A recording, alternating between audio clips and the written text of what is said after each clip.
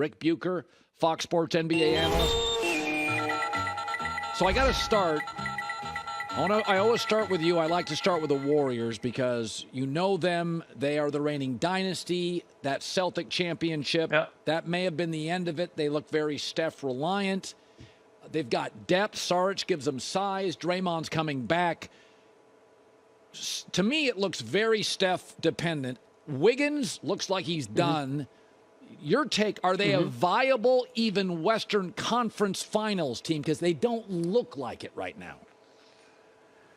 I would say that they are, but they're one of maybe 5 or 6 teams that are in that mix, and they need every piece working at maximum level in order to get there. They're a lot like the Lakers. I could make a case where the Lakers are making it to the Western Conference Finals, but I don't see anybody getting past the Nuggets, and I could make a case for the Warriors, but they do have some issues, and it is a matter of the old guard getting old, and the new pieces just not being good enough to carry them. Andrew Wiggins being at the head of that list. Yeah. He was supposed to be, and when they won the championship, their last championship, he was arguably their second best player, maybe their best defensive player. He hasn't been anywhere close to that, and I gave him the out last year because of health issues with his dad that were a distraction. But we're past that now. And there hasn't been an appreciable change. And he's one of those guys, one of those young pieces that they were counting on to be able to carry a greater load going forward as Clay, Dre, and Steph age out. The dirty secret with this team, and I've probably said it before, is we've always thought of them as this offensive juggernaut and this amazing shooting team. They're not that anymore. That's where they are definitely Steph dependent. Whether it's Wiggins, it's Klay Thompson, it's Draymond Green, it's Kevon Looney, it's Chris Paul, you go down the list. I can't count on any of those guys to knock down an open three. Yeah. And so there's been a real sea change, and I think that they've lost their identity. And Steve Kerr has kind of hinted at it. They're trying to develop a new one on the fly. So Jason Tatum was critical of the Celtics, and they look like the best or second best team to me. Right now, Denver's beat up, so I'd make Boston 1, Denver 2. I'll get to the Denver win over the Clippers last night without their top 3 players, which is just embarrassing for the Clippers. But Jason Tatum, who's having a great year, has been very critical of the in-season tournament. For casual fans who don't know much about it except for the courts look different, how is it being played out? Tatum doesn't like it. What do players think of it? So one of the tiebreakers is scoring differential. And as a result, the Celtics lost to the Magic in an in-season tournament game.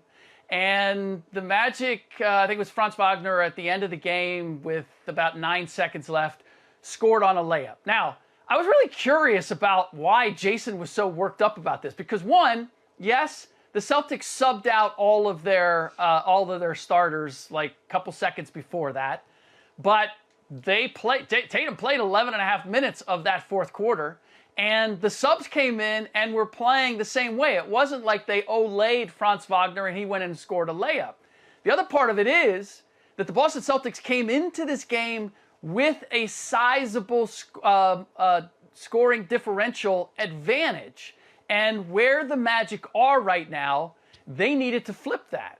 So Jason just looks like he doesn't understand how this works, or doesn't realize that for the Orlando Magic, as young as they are, this is where the in-season tournament is really valuable. Because, yes, they're 12-5. Yes, they've won 7 games in a row for the first time since 2010, 2011.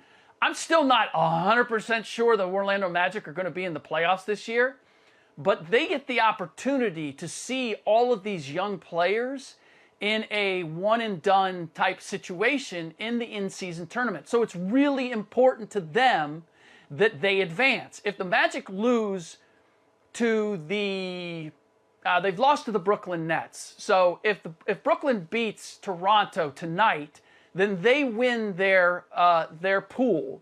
And Orlando is fighting for one of 2 wild card spots, which could very well come down to scoring differential. So while this might not mean a whole lot to Jason Tatum and the Boston Celtics, it means a whole lot to the Orlando Magic. And in the big picture, I just have an issue with anybody at this point that is complaining about teams playing to the final buzzer. Right. That's why we have the in-season tournament, because we're trying to make these games meaningful and important at this time of year. So yeah, I'm not feeling Jason Tatum's complaints at all. Jokić, Murray, Gordon, all out. They still dominate the Clippers in the fourth quarter. I can't believe. Yeah. So, I mean, somebody in the building with the Clippers had to say, Harden with Westbrook, Kawhi, this doesn't work.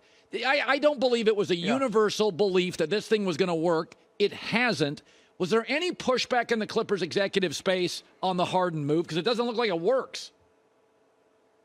I have not heard that there was a debate in the front office when it came to making this move. But I would say it's not as if everybody was convinced that it was going to work. It was one of those, let's throw it against the wall and see if it sticks situation. Because as is, we don't think we're good enough to get there. Let's take a 1-year stab at it and see if potentially it can work. But James Harden, as we heard, is not a system player. He is the system. And now that the Clippers have said, well, you're not going to be our system, it is clear that he's become Pouty McPowderson. They might as well either bench him or just let him go, because I think there would be addition by subtraction. They've got 4 guys who are, I believe, all-time 75, all-time top 75 great players. And yet they don't have a leader among them. The closest thing they have is Russell Westbrook, who agreed to go to the bench in hopes that that would make things better. I just don't see how this is going to work. And I hope that the Clippers, that Steve Ballmer has the gravitas to say, you know what, we're not going to keep kicking this can down the road. We're going to blow it up. I know I'm going into a new building, but it is really, that was as embarrassing a loss as I can imagine. Yeah. They lost to Reggie Jackson and DeAndre Jordan. That's who they lost to. Down the stretch, at home, game on the line, you got Paul George, Kawhi Leonard, Russell Westbrook, and James Harden, and you are getting beat in a possession-by-possession game in the last 4 minutes. It's unconscionable. Yeah, and they were at home as well. Yeah. And at home. Bad. All right, we got to Thanks for pointing that out. You know what? Your questions were almost better than J-Max during the break, off air. I don't know if you knew that that's what you were up against, but you were. J-Mac brought it. Yeah, he did. And you did too. And I brought it a little better, as usual. Hi, everybody. Thanks for watching. Subscribe here to get the latest from the show. Also, be sure to check out more of the best clips from The Herd or go watch a few segments from other shows on FS1.